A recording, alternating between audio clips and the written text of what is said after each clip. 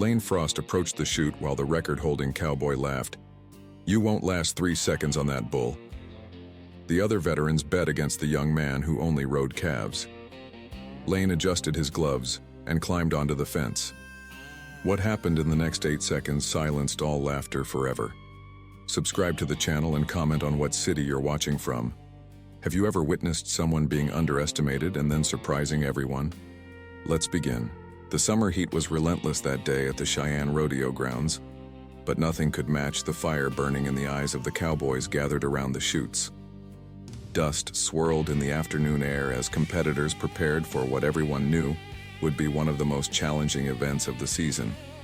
The arena buzzed with that familiar energy, a mixture of anticipation, testosterone, and the unspoken understanding that careers could be made or broken in the next few hours. Lane Frost walked quietly through the crowd, his worn boots kicking up small clouds of dirt with each step. At just 19, he carried himself with a quiet confidence that some mistook for arrogance, but those who knew him understood it was simply determination. His reputation preceded him everywhere he went. The kid who could ride calves like poetry in motion, but had yet to prove himself on the big bulls that separated the boys from the men. "Well, well, well, look what we got here, boys," came a booming voice from near the chutes. Buck Henderson, the current circuit champion, stood with his arms crossed, a smirk playing across his weathered face. At 32, Buck had seen it all and done most of it. His record-breaking 5-second ride on Thunderstrike earlier that season had made him a legend among the cowboys, and he wasn't about to let anyone forget it. The other cowboys began to gather around, sensing the tension building. Buck's voice carried across the area like a challenge thrown down in the middle of Main Street. "I heard you've been making quite a name for yourself on them baby bulls, kid. Real impressive stuff." Lane continued walking toward the chutes, his jaw set firm but his expression calm.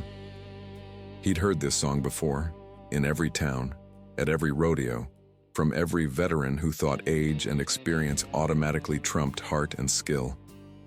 The whispers followed him everywhere. "That's the calf rider. Ain't ready for the real deal yet. You planning on entertaining us today, Frost?"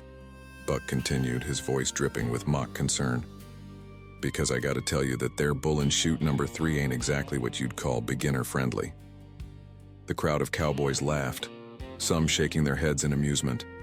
They'd all been there once, young, eager, and completely unprepared for the reality of what 8 seconds on a real bull could do to a man's body and soul. But something about Lane's quiet confidence rubbed them the wrong way, as if he thought he was somehow different from every other wannabe cowboy who'd come before him. Thunderstrike paced restlessly in his pen, all 2,000 pounds of pure muscle and attitude. The massive black bull had earned his reputation the hard way, sending rider after rider to the dirt with bone-jarring force.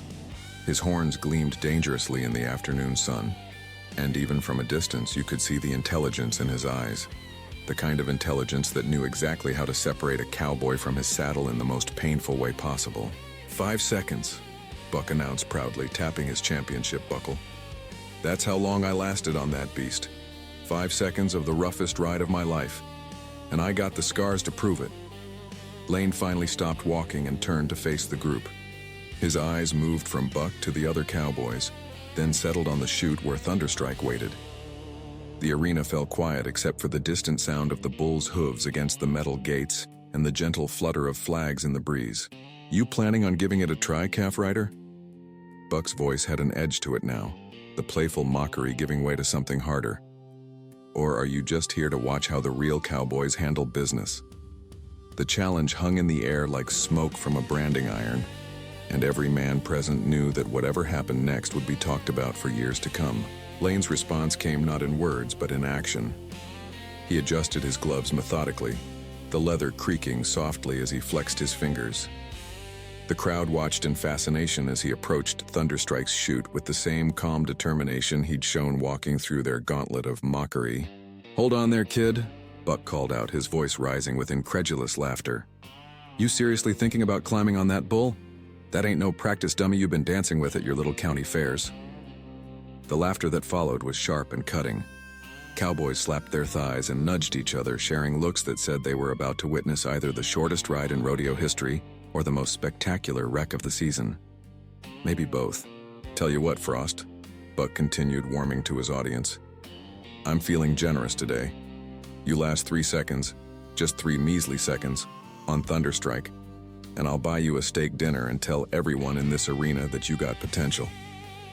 He paused, letting the offer sink in before delivering the crushing blow. But we both know you ain't gonna last even that long. The crowd erupted in raucous laughter. Someone in the back shouted, "Make it 2 seconds!"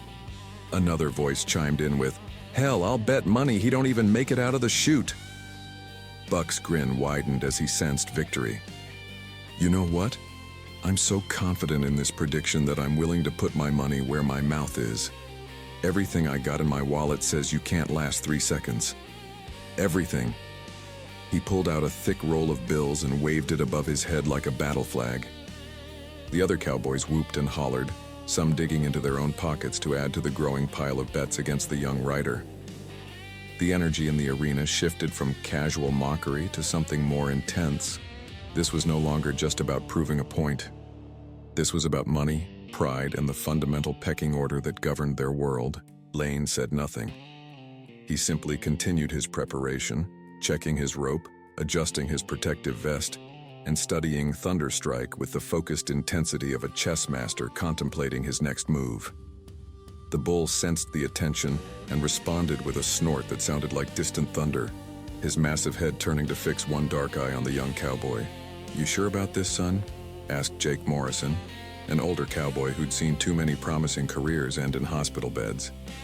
His voice carried genuine concern beneath its weathered exterior. That bull's ended more dreams than a banker's foreclosure notice. Lane finally spoke, his voice quiet but clear enough for everyone to hear. Sometimes a man's got to find out what he's made of. Buck let out a bark of laughter. "Well, I can tell you right now what you're made of, kid. About 3 seconds worth of false confidence and a whole lot of wishful thinking."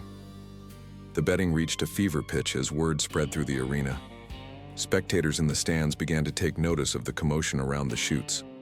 Veterans shared stories of Thunderstrike's most devastating rides, each tale more harrowing than the last. The bull had never been successfully ridden for the full 8 seconds, and most riders considered themselves lucky to walk away without serious injury.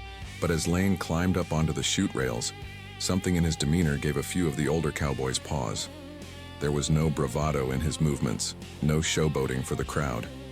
Instead, there was a quiet professionalism that spoke of countless hours of practice and an unshakable belief in his own abilities. And Thunderstrike shifted restlessly below, his massive shoulders rolling with barely contained power.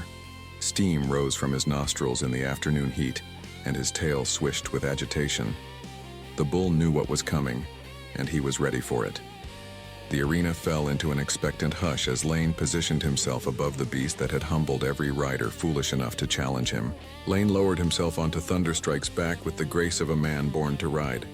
The bull's muscles bunched beneath him like coiled steel springs, and for a moment, time seemed suspended in the dusty arena air. The crowd held its collective breath as Lane wrapped the rope around his glove hand, his movements deliberate and confident. Buck's laughter died in his throat as he watched the young cowboy settle into position. Something about Lane's posture, the way he seemed to become one with the massive animal beneath him, sent an unexpected chill down the veteran's spine. This wasn't the panicked scrambling of an amateur. This was the calculated preparation of someone who knew exactly what he was doing. "Ready when you are," Lane called out, his voice steady as bedrock. The gate swung open, and Thunderstrike exploded into the arena like a force of nature unleashed. His first leap sent him 6 feet into the air, his massive body twisting with a violence that had unseated countless riders in the past.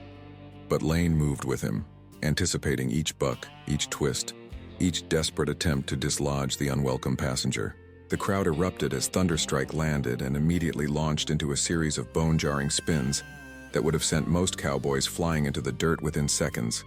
But Lane held on, his body flowing with the bull's movements like water finding its level. His free hand carved graceful arcs through the air, maintaining the perfect balance that separated champions from also-rans. 3 seconds, someone shouted from the crowd, and Buck's confident smirk began to falter. Thunderstrike seemed to sense that this rider was different. The bull's movements became more desperate, more violent, as if he understood that his reputation was at stake. He launched into a series of crushing leaps that tested the limits of both their bodies, but still Lane remained mounted, his jaw set in grim determination. 5 seconds! The shout came from Jake Morrison, his voice filled with growing amazement. Buck stood frozen, his mouth agape as he watched his betting money slip away with each passing moment. The other cowboys had fallen silent, their mockery replaced by stunned admiration. This wasn't just a successful ride. This was poetry in motion, a perfect harmony between man and beast that few would ever witness. 8 seconds.